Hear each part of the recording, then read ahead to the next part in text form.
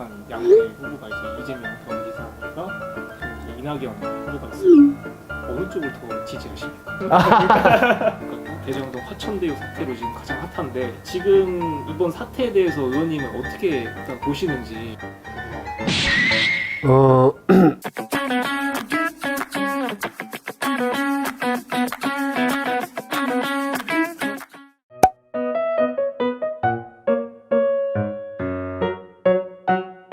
정치를 하고자 했던 결정적인 게 노무현 대통령님을 만나고부터요. 제가 이제 노사모 활동을 이제 지역에서도 그래서 했는데 정말 젊은 사람들이 노무현 대통령 같이 원칙과 상식이 통하는 그런 사회를 만들기 위해서는 좀 많이 진출을 해야 되고 주민들과 호흡하면서 지방자치, 지방분권을 실현해 나가야 되지 않겠냐 이런 생각을 하게 되면서 제가 한번 해보자 해서 2006년도에 처음 출마를 해요. 열린우리당 후보로 출마했는데 3명 뽑는데 다행히 3등으로 당선이 돼서 이제 처음 시의원을 하게 됩니다.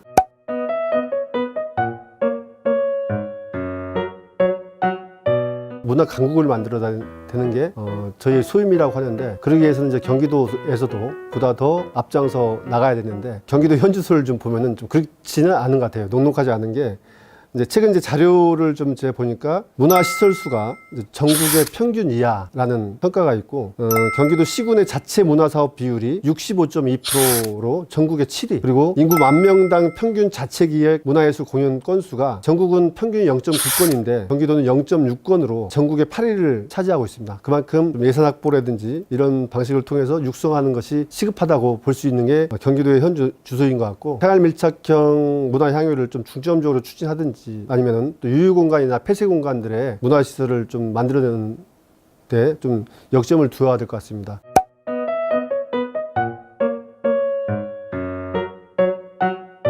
코로나19 이전에도 보면은 예술인들이 상당히 경제적인 부분이라든지 창작 활동을 하는데 많은 애로사항들이 있었습니다. 실례로 이제 돈이 없어서 옆집 사람에게 반찬과 쌀을 얻어서 생활을 하다가 돌아가셨던 우리 작가님들도 계시고 그만큼 예술인들이 창작 활동을 하는 데 있어서의 많은 부분 어려움이 존재하는데 이제 그분들에게 조그만 버팀목이 될 수 있는 역할을 할 수 있는 게 무엇이냐 예술인 창작 수당을 분기별로 한 25만 원 정도 해서 연간 한 100만 원 정도의 돈을 예술인들에게 지원을 해주면은 그런 창작 활동하는 데나 그런 생계를 꾸려나가는데 좀 마중물의 역할을 하지 않을까 이런 생각이 들어서 예술인 창작 수당 조례를 이제 제정하게 됐고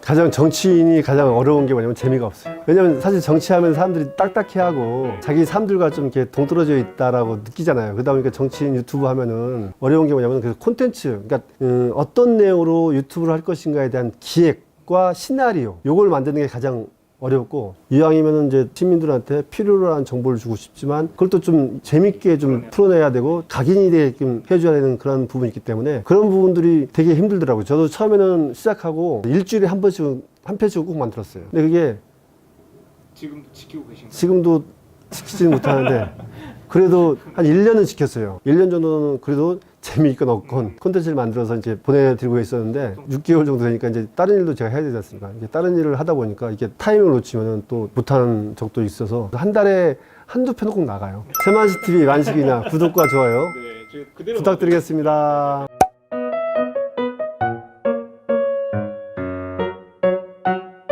당시는 부동산 얘기가 어려웠습니다. 주민들은 개발을 원했어요. 왜 개발을 원했냐? LH에서 공영 개발을 하겠다고 했다가 손을 띄고 나가고 민간 개발업자들이 투기의 바람으로 들어와서 주민들을 바람을 넣었습니다. 그런 상황에서 청탁과 로비 사건이 터지면서 이 또한 잠잠해진 거예요. 그러면 거기 계셨던 주민들은 개발이 되고자 하는 기대감이 컸겠죠. 성남에서 제일 낙후된 도시 대장동을 외면하지 말아달라는 이런 읍소들이 있었겠지 않습니까? 그러면 이재명 시장 입장에서는 개발을 해야죠. 근데 이거 민간 개발을 하면은 청탁과 로비를 통해서 엄청나게 지금 어떻게 되는지 뻔히 아니까 그러면 이제 공영 개발로 하겠다라고 이제 주민들을 설득하고 그래서 공영 개발을 하기 위한 과정을 밟아 나갑니다. 그런데 당시 성남시 의회 구조가 가반을 새누리당이 접하고 있기 때문에 이재명 시장이 하고자 하는 사업들은 줄줄이 다 부결이 될 수밖에 없는 그런 구조였어요. 그래서 도시개발공사를 설립을 해야지 공영개발을 하는데 도시개발공사 설립하는데 1년 반이 걸립니다. 1년 반 동안 보류, 보이콧 그로 인해서 준예산 사태도 나고 1회 추경도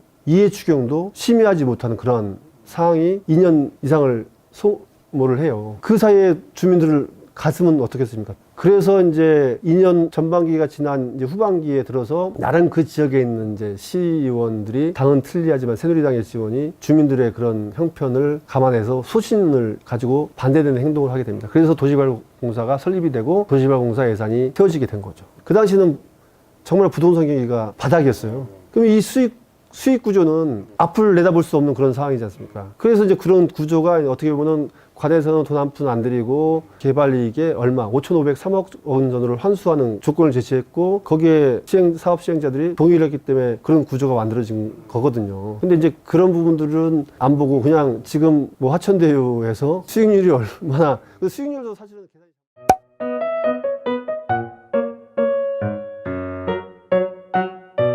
이재명 지사하고 오랫동안 인연이 있습니다. 제가 이제 92년도 성동구치소에 있을 때 이재명 지사를 만났는데 그때는 이제 이재명 지사가 이제 변호사 단지 이제 3년 정도 지났을까요? 근데 그때 민변 활동을 하셨습니다. 제가 이제 학생운동으로 해서 이제 구속돼가지고 제 담당 변호사를 만났던 인연이 92년도니까 벌써 30년이 넘었죠. 그 대중들에게는 시대 정신에 맞는 그런 정신을 원해요. 그게 이재명 지사 아닌가. 내년에 시민을 위해서 봉사하고 싶다고 말씀하셨는데 네. 내년에 그러면 시장 출마를 염두에 두시는 건지.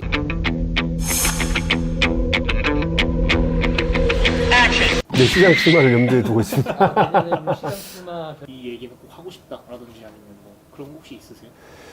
사람이 가장 어려울 때 힘들 때 도와주는 사람, 함께 해주는 사람이 가장 기억에 남습니다. 지금 우리 이재명 지사가 어떻게 보면 공격을 받고 힘들어하고 있을 수도 있는데 이때 같이 해주신다면 큰 힘이 되는 것 같고 저도 그런 의미에서 지금 뭐 유튜브나 그런 기자회견을 통해서 그런 부분들에 대한 의혹을 해소하고 잘못된 부분에 있어서는 좀 바로잡아 주는 게 나의 역할이라고 생각하기 때문에 하고 있다는 말씀을 드리고 있습니다. 이게 근데 사실 시장을 염두에 두고 하시는 거니까